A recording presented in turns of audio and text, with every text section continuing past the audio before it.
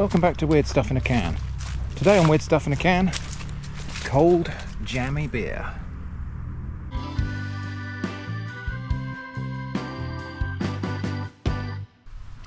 So, a bit of a change of scenery. We are in Atomic Shrimp temporary headquarters in the garden of, near Shaftesbury in Dorset. And today I've got cold jammy beer, Queen of Puddings, from Cold Town Beer. I bought this in Lidl for £1.49, I believe. I think it might have been reduced. Not a lot to say about this. It's beer that's been flavoured with raspberry puree, I think, and lactose. So it's a kind of puddingy flavoured, fruity flavoured, vanilla flavoured beer, which might horrify some people, but I do like these strange beers. Anyway, contains water, malted barley, oats, wheat, raspberry puree, lactose (brackets milk), hops, vanilla. Allergen advice for allergens, including cereals that contain gluten. See the ingredients in bold. Very nearly forgot to mention that Queen of Puddings is a dessert, a classic sort of British, very British dessert of cake mixed with custard, with jam spread on top, and then baked with meringue on top of it. I imagine that's the flavour vibe they're going for here, with raspberries and vanilla in here. So that's what Queen of Puddings is, and that's why I guess it's called cold jammy beer. Right, well, let's get it poured. Not using a can opener this time.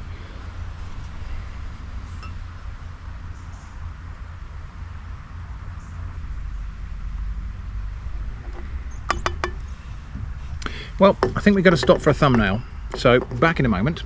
Well, there it is, a beautifully golden clear ale with a fly in it. Let's just rescue that little insect. Right, let's try that again without the fly in it. So, doesn't smell particularly fruity or anything out of the ordinary. Just smells like a kind of golden ale.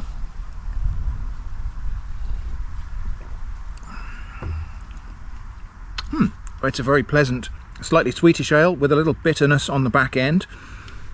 I'm not really getting the raspberries or the vanilla in that. Okay, yeah, so the fruit and the vanilla is in there, but it's really subtle. Now, the way I like to do beer tastings is to kind of break it down into what you experience first, what happens in the middle, and what lingers at the tail end. So let's have a go at that.